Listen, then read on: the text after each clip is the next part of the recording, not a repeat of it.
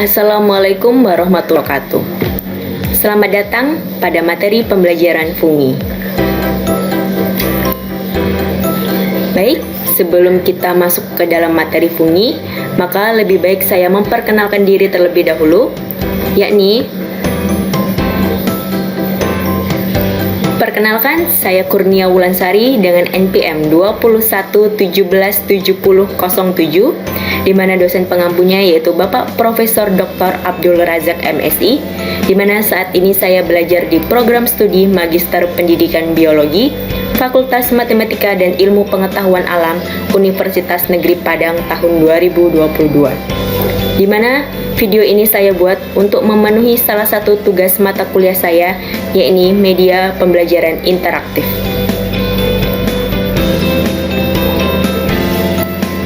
Baik, kita masuk ke dalam kompetensi dasar. Di mana kompetensi dasarnya yaitu dapat mengelompokkan jamur berdasarkan ciri-ciri, cara reproduksi, dan mengaitkan peranannya dalam kehidupan.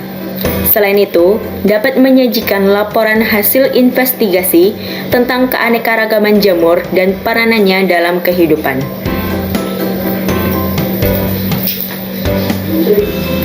Tujuan pembelajarannya, yakni dapat mendeskripsikan ciri-ciri jamur, dapat mendeskripsikan sifat hidup jamur, dapat menjelaskan dasar pengelompokan jamur, dan dapat memberikan contoh peranan jamur bagi kehidupan.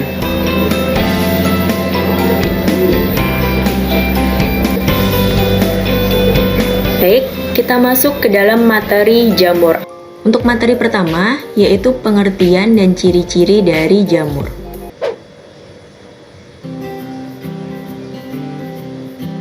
Jamur disebut juga dengan fungi.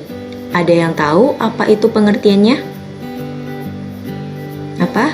Belum tahu? Baik. Nah, ini dia. Fungi atau jamur merupakan suatu organisme eukariotik yang bersel tunggal atau banyak dengan tidak memiliki klorofil. Gimana? Udah paham kan pengertiannya? Kita lanjut ya.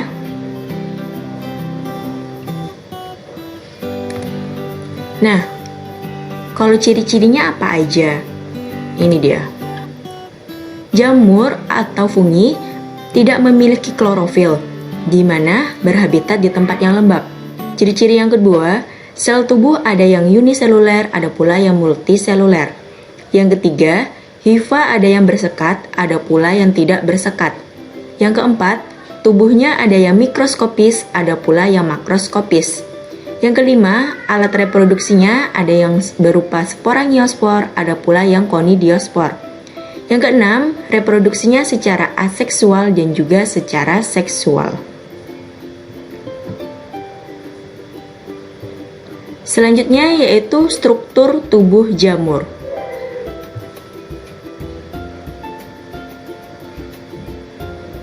Nah, struktur tubuh jamur itu terbagi atas 3. Yang pertama adalah aseptat. Aseptat merupakan hifa yang tidak mempunyai sekat atau septum dan biasa disebut dengan senosi. Yang kedua yaitu septat uninukleus, merupakan hifa dengan sel berinti tunggal di mana sekat membagi hifa menjadi ruang-ruang dan setiap ruang berisi satu inti. Yang ketiga yaitu septat multinukleus, merupakan hifa dengan sel yang banyak. Nah, ini adalah gambar dari hifa yang dapat dilihat apabila kita melakukan pembesaran dengan menggunakan mikroskop, maka akan terlihat dengan jelas bagaimana bentuk dari hifa itu sendiri. Bagaimana sih cara hidup dari jamur itu sendiri? Nah, jamur dapat hidup dengan 3 cara. Yang pertama yaitu bersifat sebagai saprofit. Saprofit adalah organisme di mana fungi itu hidup dari benda-benda atau bahan-bahan organik mati. Yang kedua, ada yang bersifat sebagai parasit. Apa sih parasit? Parasit di mana fungi menyerap bahan organik dari organisme yang masih masih hidup yang disebut dengan inang. Dan yang ketiga, sifat hidupnya ada yang bersifat simbion. Simbion yaitu jamur dapat bersimbiosis dengan organisme lain, di mana simbiosis dengan alga menghasilkan lichen atau lumut kerak, sedangkan simbiosis dengan akar tumbuhan konifer menghasilkan mikoriza. Kemudian kita masuk ke dalam klasifikasi jamur. Jamur umumnya terbagi atas 4 divisi, yaitu divisi Zygomicota, divisi Ascomycota, divisi Basidiomycota, dan divisi Deuteromycota. Kita bahas satu persatu. Yang pertama yaitu divisi Zygomicota. Jamur ini dinamakan sebagai Zygomicota karena membentuk spora istirahat berdinding tebal yang disebut dengan zygospora. Zygomicota berhabitat di darat, di tanah, atau pada sisa organisme mati. Zygomicota merupakan kelompok utama yang dapat dikatakan penting karena dapat membentuk mikoriza. Ciri-cirinya, yang pertama yaitu Zygomicota berhabitat di darat, di tanah, dan hidup dengan saprofil. Yang kedua, Zygomicota merupakan kelompok utama dalam membentuk mikoriza. Yang ketiga, Zygomicota memiliki miselium yang bercabang banyak dan juga tidak bersekat-sekat. Yang keempat, Zygomicota memiliki hifa yang bersifat senositik. Yang kelima, Zygomicota memiliki dinding sel yang terdiri atas kitin dan tidak memiliki zoospora, sehingga spora memiliki sel-sel yang berdinding. Yang keenam, Zygomicota bereproduksi secara aseksual dan juga secara seksual. Contohnya, yaitu pada jamur roti atau Aspergillus, pada jamur tempe yaitu Rhizopus, dan juga pada jamur mukor. Untuk lebih jelasnya, ini adalah gambar jamur Rhizopus sp, di mana dapat dilihat ini merupakan struktur dari jamur Rhizopus, yaitu terdiri atas hifa yang bulat besar ini ada dengan kotak spora, di mana Rhizopus dapat bereproduksi dengan konjugasi.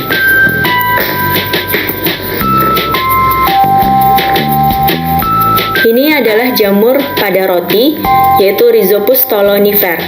Nah, di mana jika jamur roti tersebut diamati di bawah mikroskop, maka akan terlihat dengan sangat jelas bentuk dari jamur itu sendiri, yaitu nanti akan terlihat stolon, akan terlihat pula rhizoidnya, dan juga terlihat kotanya. Divisi yang kedua yaitu divisi Ascomycota. Ascomycota merupakan jamur yang berkembang biak dengan membentuk spora di dalam selnya yang disebut dengan ascus. Ascus berbentuk seperti kantung kecil, alat reproduksi aseksualnya berupa hifa. Contohnya seperti Saccharomyces cerevisiae, yaitu fermentasi alkohol, dan Aspergillus flavus, yaitu penghasil racun aflatoksin. Ciri-cirinya apa aja sih? Di mana divisi Ascomycota memiliki ciri-ciri yaitu dinding selnya tersusun atas zat kitin. Ascomycota bersifat uniseluler maupun multiseluler, di mana hifanya bersekat membentuk badan buah yang disebut dengan ascokrab. Selain itu, Ascomycota mengandung inti yang haploid dan memiliki keturunan diploid yang lebih singkat. Reproduksinya dapat dilakukan secara seksual maupun aseksual, ataupun di mana reproduksi vegetatifnya dengan membentuk konidiospora, sementara reproduksi generatifnya yaitu dengan konjugasi yang akan menghasilkan ascospora.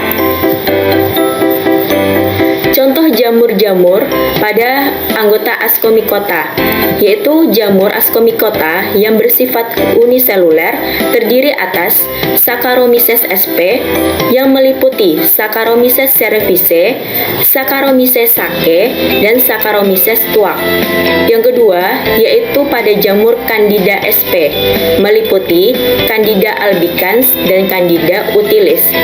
Sementara anggota Ascomycota yang bersifat bersifat multiseluler terdiri atas jamur Penicillium sp yang terdiri atas Penicillium notatum, Penicillium chrysogenum, Penicillium camemberti, Penicillium roqueforti, dan Penicillium vermiculatum, di mana kelompok Penicillium ini memiliki askokrap berbentuk bola yang disebut dengan Cleustotecium.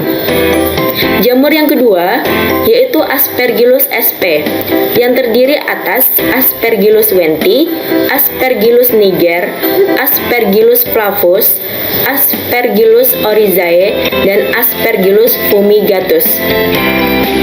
Kelompok jamur yang ketiga yaitu Neurospora sp yang terdiri atas Neurospora crassa dan Neurospora cytopila.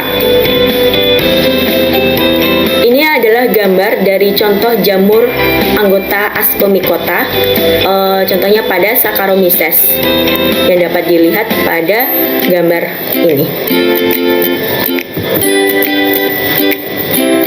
Nah, ini masih ke dalam kelompok jamur Ascomycota, yaitu pada jamur Aspergillus sp, gambarnya, dan juga pada jamur Penicillium sp. Jika diamati di bawah mikroskop, maka akan terlihat dengan jelas bagaimana bentuk hifa dari jamur itu sendiri.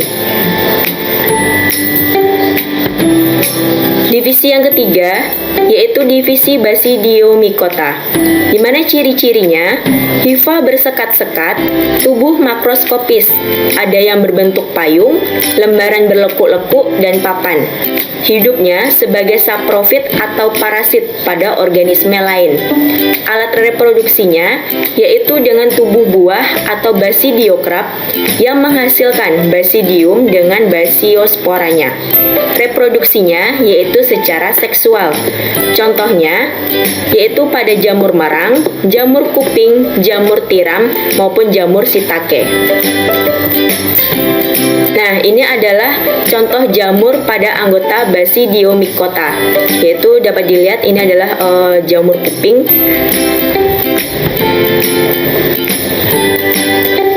Selanjutnya ini masih ke dalam contoh jamur anggota Basidiomycota, salah satunya pada jamur Amanita sp, di mana spesies jamur ini tidak dapat dimakan karena bersifat beracun.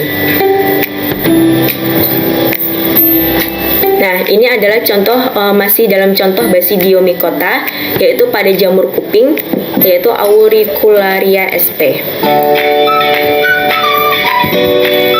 Divisi yang terakhir yaitu divisi Deuteromycota. Ciri-cirinya, hifa bersekat-sekat, tubuhnya mikroskopis, di mana perkembangbiakannya secara generatif belum diketahui, sehingga disebut dengan jamur tidak sempurna. Reproduksinya yaitu secara vegetatif dengan menggunakan konidia.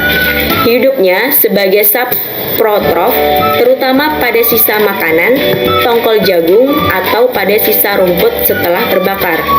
Hidupnya dapat sebagai parasit dan dapat menyebabkan kerusakan. Contohnya pada Fusarium, kemudian pada Trichopiton. Nah, ini adalah contoh gambar dari Deuteromycota.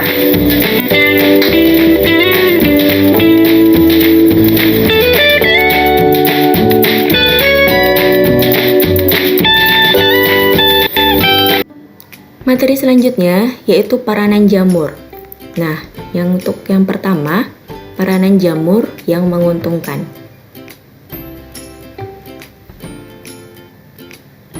Ayo, kira-kira apa sih peranan jamur menguntungkan bagi manusia? Ini dia jawabannya. Di mana jamur itu berperan penting dalam siklus materi, terutama siklus karbon. Nah, kenapa dikatakan penting? Karena jamur dapat berperan bagi kelangsungan hidup seluruh organisme.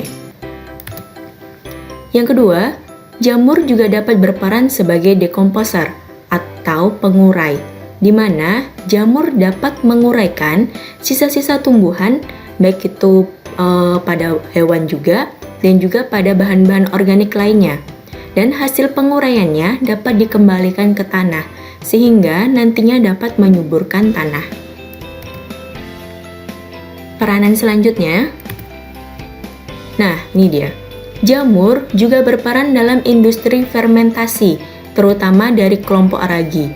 Contohnya seperti bir, roti, asam sitrat, ataupun 2-hidroksipropan, 1,2,3 asam trikasboksilat. Selanjutnya, jamur juga berperan dalam industri antibiotik. Nah, di mana antibiotik ini dihasilkan oleh fungi Penicillium notatum. Selanjutnya, jamur juga berperan sebagai bahan baku sumber makanan baru, yaitu protein sel tunggal atau disingkat dengan PST. Dan jamur juga dapat berperan sebagai sumber makanan bagi manusia. Lantas, apakah jamur juga dapat merugikan? Nah, ini dia jawabannya. Jamur juga dapat merugikan. Alasannya, yang pertama, karena dapat menurunkan kualitas maupun kuantitas makanan maupun bahan-bahan lain yang penting bagi manusia. Yang kedua, jamur juga dapat menyerang bahan-bahan lain yang bernilai ekonomi seperti pada kulit, kayu, tekstil, ataupun bahan-bahan baku pabrik lainnya. Yang ketiga, jamur juga dapat berperan sebagai agen penyebab penyakit. Yang keempat, jamur juga dapat menghasilkan racun seperti Amanita phalloides, Amanita muscaria, maupun Aspergillus flavus yang menghasilkan aflatoksin, sehingga sangat berbahaya bagi manusia karena dapat menyebabkan penyakit kronis seperti kanker dan bahkan kematian. Baiklah, itulah materi mengenai fungi ataupun jamur yang dapat saya sampaikan. Semoga dapat bermanfaat dan dapat berkenan bagi kita semua. Saya akhiri, wassalamualaikum warahmatullahi wabarakatuh. Terima kasih banyak.